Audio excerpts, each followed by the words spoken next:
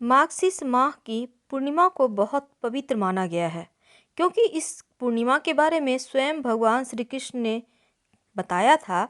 कहा है कि संसार में यदि कोई स्त्री व पुरुष मार्गशीर्ष की पूर्णिमा का व्रत पूरे विधि विधान से करेगा तो उसके सभी कष्ट दूर होकर उसके सभी पापों से उसे मुक्ति मिल जाएगी, अर्थात मृत्यु के बाद वैकुंठ धाम की प्राप्ति होगी। वैसे हिंदू धर्म में पूर्णिमा का विशेष महत्व होता है और इस दिन भगवान श्री कृष्ण यानी भगवान विष्णु की पूजा करने का विधान है। रात के समय चंद्रमा की पूजा करके अर्घ्य देकर आप अपना व्रत पूर्ण कर सकते हैं। मार्गशीर्ष पूर्णिमा को अगहन पूर्णिमा भी कहते हैं। मार्गशीर्ष पूर्णिमा की पूजा विधि क्या है, इसके पहले भी हमने आपको वीडियो में बताया है। आज हम कथा सुनेंगे। बिना कथा सुने इस व्रत की पूर्णता नहीं होती। पुराणों के अनुसार एक बार देवर्षि नारद जी भगवान विष्णु जी के पास गए। उस समय नारद जी बहुत दुखी थे, क्योंकि उनसे मनुष्यों को कष्ट में नहीं देखा जा रहा था, जिसके कारण वो स्वयं भी दुखी और अति भावुक हो गए। नारद जी को इस तरह दुखी अवस्था में देखकर भगवान विष्णु जी कहते हैं, देवर्षि क्या हुआ, आप बड़े दुखी हैं। अपने प्रभु की बात सुनकर देवर्षि बोले, हे प्रभु, आप ऐसा कोई उपाय बताइए जिससे मनुष्य जाति का कल्याण हो सके। नारद जी की बात सुनकर भगवान हरि कहते हैं, नारद जी, यदि कोई मनुष्य इस संसारिक मोह माया से मुक्त होना चाहते हैं तो उसे सत्यनारायण की पूजा करनी चाहिए। अर्थात जो कोई व्यक्ति संसार में इस जीवन यानी जन्म मृत्यु के चक्र से मुक्त होना चाहता है, उसे मार्गशीर्ष की पूर्णिमा का व्रत रखना चाहिए। भगवान विष्णु ने कहा कि देवर्षि, श्री सत्यनारायण के व्रत का उल्लेख तो स्कंद पुराण में भी मिलता है, और जिन जिन महापुरुषों ने भगवान सत्यनारायण का व्रत किया या उनकी कथा सुनी, उनका नाम इस स्कंद पुराण अर्थात उनकी कथा में जुड़ता गया। राजा उल्कामुख, राजा तुंगध्वज, गरीब लकड़हारा, निर्धन ब्राह्मण, साधु वैश्य, लीलावती, कलावती, धनवान व्यवसायी और गोप गणों आदि हैं। प्रभु श्रीहरि की बात सुनकर नारद जी समझ गए और उन्होंने श्री सत्यनारायण व्रत के बारे में बताया। जो कोई व्यक्ति इस व्रत को श्रद्धाभाव से करेगा उसके सभी कष्ट दूर हो जाएंगे और पापों से मुक्ति मिल जाएगी। तो मार्गशीर्ष माह की एक कथा आती है। धनदायक और संतानदायक व्रत होता है पूर्णिमा का व्रत, और इस दिन चंद्रमा को अर्घ्य देने के बाद आप कथा सुनिए। आप चाहें तो पूरे दिन आप कभी भी कथा सुन सकते हैं। द्वापर युग में एक समय की बात है, यशोदा जी ने भगवान श्री कृष्ण ने कहा, हे कृष्ण, तुम सारे संसार के उत्पन्न करता, पोषण और उसके संहार करता हो। आज कोई ऐसा व्रत मुझसे कहो जिसके करने से मृत्युलोक में स्त्रियां को विधवा होने का भय न रहे तथा यह व्रत सभी मनुष्यों की मनोकामना पूर्ण करने वाला हो। श्री कृष्ण कहने लगे, माता, तुमने अति सुंदर प्रश्न किया है। मैं तुमसे ऐसे ही व्रत को सविस्तार कहता हूँ। सौभाग्य की प्राप्ति के लिए स्त्रियों को 32वीं पूर्णिमा का व्रत रखना चाहिए। इस व्रत को करने से स्त्रियों को सौभाग्य और संपत्ति मिलती है। यह व्रत अचल सौभाग्य को देने वाला, भगवान शंकर के प्रति मनुष्य मात्र की भक्ति को बढ़ाने वाला है। यशोदा जी कहने लगी कि कृष्ण, सर्वप्रथम इस व्रत को मृत्युलोक में किसने किया, इसके विषय में मुझे विस्तार से बताओ। तब भगवान श्री कृष्ण कहते हैं, इस भूमंडल पर एक अत्यंत प्रसिद्ध राजा चंद्रहास से पालित अनेक प्रकार के रत्नों से परिपूर्ण कातिका नाम की एक नगरी थी। वहाँ धनेश्वर नाम का एक ब्राह्मण था और इसकी स्त्री अति सुशील रूपवती थी। दोनों ही उस नगरी में बड़े प्रेम से रहते थे। घर में धन धान्य आदि की कोई कमी नहीं थी। उनको एक बड़ा दुख था कि उन्हें संतान नहीं थी, जिस वजह से वह बहुत दुखी रहते थे। एक दिन एक बड़ा तपस्वी योगी उस नगरी में आया। वह योगी बाकी सभी घरों से भिक्षा मांगकर भोजन किया करता था, लेकिन उस ब्राह्मण के घर से भिक्षा नहीं मांगा करता। एक दिन योगी गंगा किनारे भिक्षा मांगकर प्रेम पूर्वक खा रहा था कि धनेश्वर ने योगी को यह सब करते देख लिया।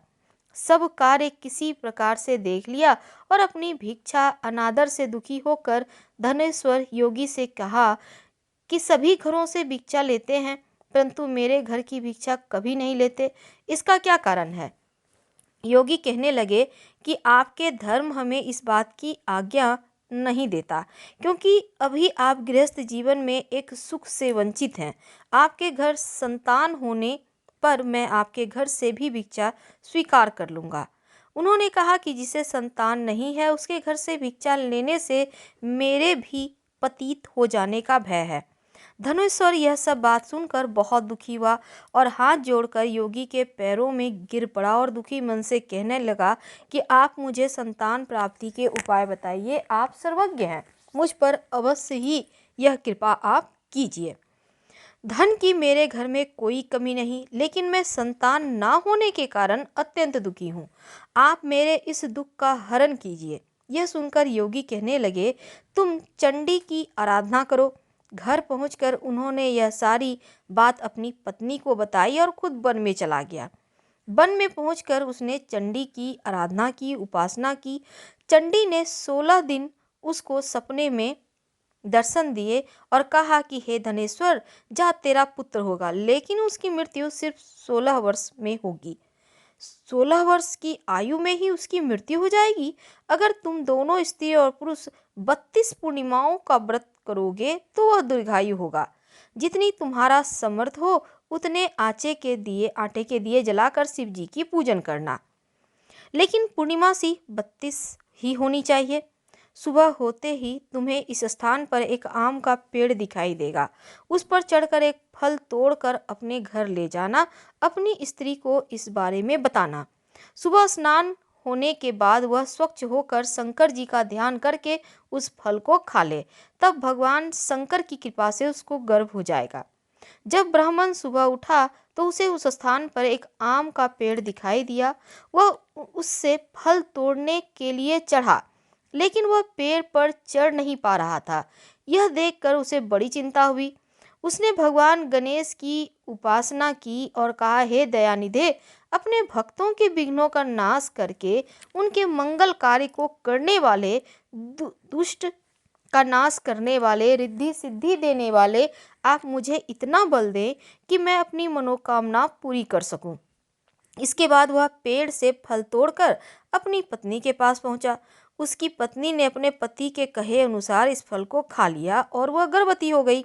देवी की कृपा से उसे बहुत सुंदर पुत्र पैदा हुआ। उसका नाम उन्होंने देवीदास रखा।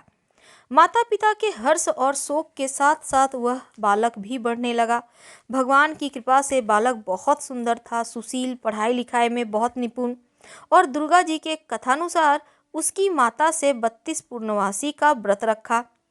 जैसे ही 16वां वर्ष लगा, दोनों पति पत्नी बहुत दुखी हो गए कि कहीं उनके पुत्र की मृत्यु न हो जाए। उन्होंने सोचा कि अगर उनके सामने यह सब हुआ तो वह कैसे देख पाएंगे। तभी उन्होंने देवीदास के मामा को बुलाया और 1 वर्ष के लिए देवीदास को काशी में पढ़ने के लिए भेज दिया। 1 वर्ष के बाद उसे वापस लेकर आना। देवीदास अपने मामा के साथ एक घोड़े पर सवार होकर चल दिया। उसके मामा को यह बात पता नहीं थी। दोनों पति पत्नी 32 पूर्णमासी का व्रत पूरा किया। दूसरी तरफ मामा भांजा दोनों रात गुजारने के लिए रास्ते में एक गांव में रुके। उस दिन उस गांव में ब्राह्मण की कन्या का विवाह होने वाला था। जिस धर्मशाला में बर और बारात के बाकी लोग रुके थे, उसी धर्मशाला में देवीदास और उसका मामा भी ठहर गए। उधर कन्या को तेल आदि चढ़ाने के बाद जब लग्न का समय आया तो बर की तबीयत खराब हो गई। बर के पिता ने अपने परिवार वालों से विचार विमर्श करके कहा कि यह देवीदास मेरे पुत्र जैसा ही है, मैं इसके साथ लगन करा दूं और बाद में बाकी सारे काम मेरे बेटे के साथ पूरे हो जाएंगे। ऐसे कहने के बाद बर के पिता देवीदास को मनाने के लिए उनके मामा के पास गए मांगने के लिए और उनसे सारी बात कही। मामा ने कहा कि कन्यादान में जो कुछ भी मिलेगा वो हमें दे दिया जाए। बर के पिता ने बात स्वीकार कर ली। इसके बाद देवीदास का विवाह कन्या के साथ संपन्न हो गया। इसके बाद वो अपनी पत्नी के साथ भोजन न कर सका और मन में विचार करने लगा कि न जाने किसकी पत्नी होगी। यह सोचकर उसकी आंखों में आंसू आ गए।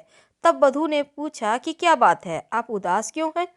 तब उसने सारी बातें अपने पत्नी को बता दी। तब कन्या कहने लगी, यह ब्रह्म विवाह के विपरीत है। आप ही मेरे पति हैं, मैं आपकी ही पत्नी रहूंगी, किसी अन्य की कभी नहीं। तब देवी देश ने कहा, ऐसा मत करिए, क्योंकि मेरी आयु बहुत कम है, मेरे बाद आपका क्या होगा? लेकिन उसकी पत्नी नहीं मानी और बोली कि स्वामी, आप भोजन कीजिए।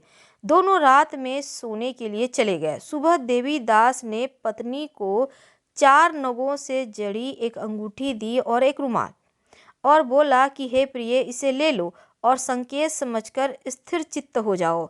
मेरे मरण और जीवन जानने के लिए एक पुष्प वाटिका बना लो, उसमें सुगंधी वाली एक नवमल्लिका लगा लो, उसको प्रतिदिन जल से सींचा करे और आनंद के साथ खेलो कूदो। जिस समय और जिस दिन मेरा प्राण का अंत होगा, उस दिन यह फूल सूख जाएंगे। जब यह फिर से हरे हो जाएं, तो जान लेना मैं जीवित हूँ। यह समझाकर वह वहाँ से चला गया। इसके बाद जब वर और बाकी बाराती मंडप में आए, तो कन्या ने उसे देखकर कहा कि ये मेरे पति नहीं है, मेरे पति वह हैं जिनके साथ रात में विवाह हुआ है। इसके बाद मेरा विवाह इनके साथ नहीं हुआ है। अगर यह वही हैं, तो यह बताएं कि मैंने इसको क्या दिए हैं। साथ ही कन्यादान के समय को आभूषण मिले, उन्हें दिखाएं। कन्या की ये सारी बातें सुनकर वह कहने लगा कि मैं यह सब नहीं जानता। इसके बाद सारे बारात भी अपमानित होकर वापस लौट गए। भगवान श्री कृष्ण बोले कि माता, इस प्रकार देवीदास काशी चला गया। कुछ समय जब बीत गया तो एक सर्प उसको डसने के लिए वहां आया, लेकिन वह उसको काट भी नहीं पाया, क्योंकि उसकी माता ने पहले ही 32 पूर्णिमा का व्रत कर लिए थे। इसके बाद खुद काल वहां पहुंचा। भगवान की कृपा से तभी वहां माता पार्वती और भगवान गणेश आ गए। देवीदास को मूर्छित दशा में देखकर माता पार्वती ने भगवान शिव से प्रार्थना की कि महाराज, इस बालक की माता ने पहले ही 32 पूर्णिमा का व्रत कर लिया है, आप इसको प्राण दें। भगवान शिव ने माता पार्वती के कहने पर उसे प्राण दान दे दिए। उधर उसकी पत्नी उसके काल की प्रतीक्षा कर रही थी। उसकी पत्नी ने जाकर देखा कि पुष्प और पत्र दोनों ही नहीं है, तो उसको बहुत आश्चर्य हुआ। और जब उसने देखा कि पुष्प वाटिका फिर से हरी हो गई है, तो वह समझ गई उसका पति जिंदा है। इसके बाद वह बहुत ही प्रसन्न होकर अपने पिता से कहने लगी कि मेरे पति जीवित हैं, उनको ढूंढिए।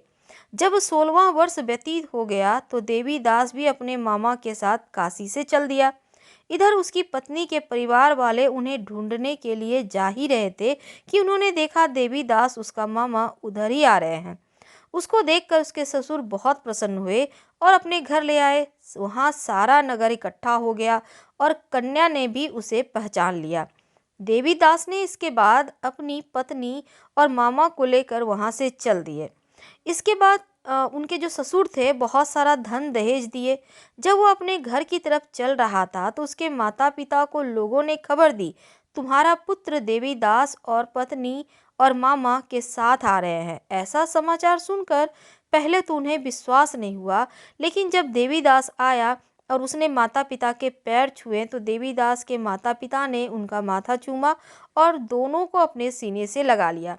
दोनों के आने की खुशी में धनेश्वर ने बहुत दान दक्षिणा ब्राह्मण को दी। श्री कृष्ण जी कहने लगे, इस तरह धनेश्वर को 32 पूर्णिमा का व्रत के प्रभाव से संतान प्राप्ति हुई। जो स्त्री इस व्रत को करती, वह जन्म जन्मांतर तक वैधव्य का दुख नहीं भोगती, सदा सदा सौभाग्यवती रहती हैं। यह मेरा वचन है। यह व्रत संसार में संतान को देने वाला, सभी मनोकामनाओं को पूर्ण करने वाला है। मार्गशीर्ष माह पूर्णिमा व्रत कथा संपूर्ण हुआ। हम आपसे विदा लेते हैं। पसंद आए तो प्लीज़ लाइक कर सब्सक्राइब करें, अपनों से शेयर करें, कमेंट करें। हर हर महादेव। धन्यवाद।